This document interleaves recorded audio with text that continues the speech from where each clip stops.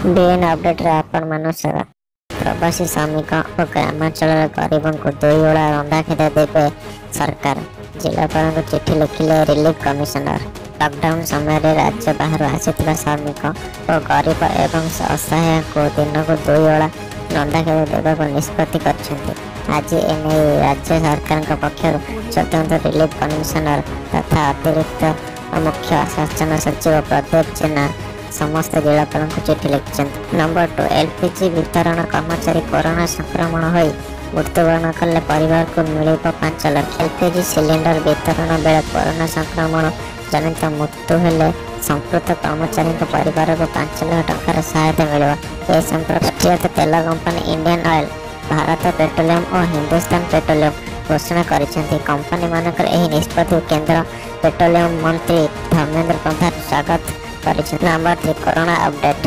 भारत में 1071 संक्रमण और 29 जन मृत्यु। भारत में कोरोना भूताणु संक्रमण हार किछि दिन मध्य धीरे धीरे ह्रास पाउथिबा देखिबाकू मिली। तेबे गत 24 घंटा मध्य देश में 92टी नुआ मामला सामना को आसी और 4 जन लोकंकर मृत्यु घटी। यह मिसाइल देश में वर्तमान कोरोना संक्रमण संख्या 1071 में पहुंची। नंबर 4 सब जिले में हेब कोविड-19 हॉस्पिटल और स्वास्थ्य मंत्री। कोरोना भूताणु कोविड-19 मुकाबला मुख्यमंत्री नवीन पट्टनायक नेतृत्व में व्यापक पदक्षेप ग्रहण कर भयावह रोगर संक्रमण रक्षा पाइबा संगरोध और सामाजिक गुरुत्व एकमात्र उपाय होइतिबारु यह प्रधानमंत्री ठारू सर्वोच्च पर्यंत पालन करिसेंति। मुख्यमंत्री आह्वान में आम शपथ नहीं यही कोरोना मुकाबला प्रस्तुत बोली कहिसेंति राज्य स्वास्थ्य मंत्री नव दास।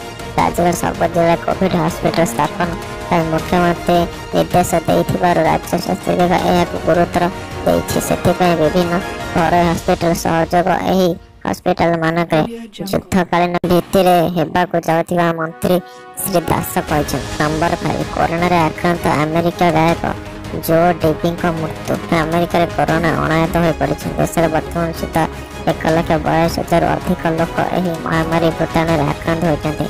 एहा सहित 2,499 जनकर मृत्यु घटिछि। एहा मध्य रविवार देश विशिष्ट गायक जो डीवी कोरोना मृत्यु द्वारा आक्रांत हो प्राण हराइछन्ति।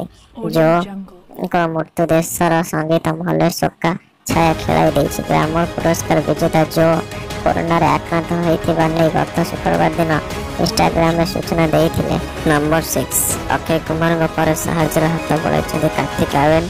प्रधानमंत्री रिलीफ फंड को देले एतिकी कोरोना विरुद्ध लड़ाई रे समग्र देश एकजुट होइछि। जे जेतिकी पारुछि गरीब लोक एवं पीड़ित को सहायता करुछन्ति। किए आर्थिक सहायता प्रदान करुछि तो किए गरीब खाद्य जोगाउछन्ति। बॉलीवुड अनेक कलाकार यही संकट परिस्थिति आगक आसी लोक को सहायता करुछन्ति। साधारण लोक मैंने गरीब लोक को खाद्य बंटन करुथिबा बेले सेलिब्रिटी मैंने आर्थिक सहायता करिछन्ति। प्रारंभरू सेलिब्रिटी मैंने साहाय्य दृष्टि टिके नरम देखा जाउथिले किंतु वर्तमान से निजे निजे अनुसार सहायता करुछन्ति। Number 7 PM cares fund Reliance industry देव 500 कोटी एवं 50 लाख लोकों मुहर देव खाद्य। रिलायंस इंडस्ट्री प्रधानमंत्री केयर्स फंड रे 500 कोटी टंका दान करने को घोषणा करिछि। यह व्यतीत कंपनी महाराष्ट्र और गुजरात मुख्यमंत्री रिलीफ फंड को 5 कोटी टंका लेखाएं दान कर। कंपनी पक्ष जारी प्रेस विज्ञप्ति कहुई आगामी 10 दिन पर्यंत 5-5 लाख लोकों को खाद्य जोगाई दिया। अर्थ 50 लाख लोकों को खाद्य व्यवस्था करा जाइछि। नंबर 8 चिट्ठी पचले धर्मेंद्र। कोरोना मुकाबला ने ओडिशा बीजेपी संसद सह आलोचना कले केंद्रमंत्री Dharmendra Pradhan.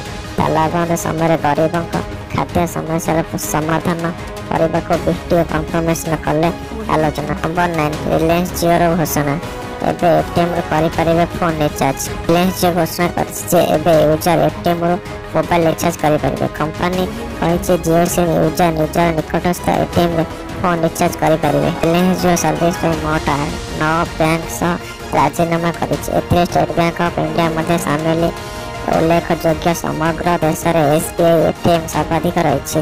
Micro blocking website tweet रे कंपनी कही लॉकडाउन दृष्टि रखी एमती व्यवस्था करा जायछि। नंबर 10 कोविड-19 मुकाबला। भारतीय दूतावास मुख्यମାନଙ୍କ सह प्रधानमंत्रीଙ୍କ आलोचना।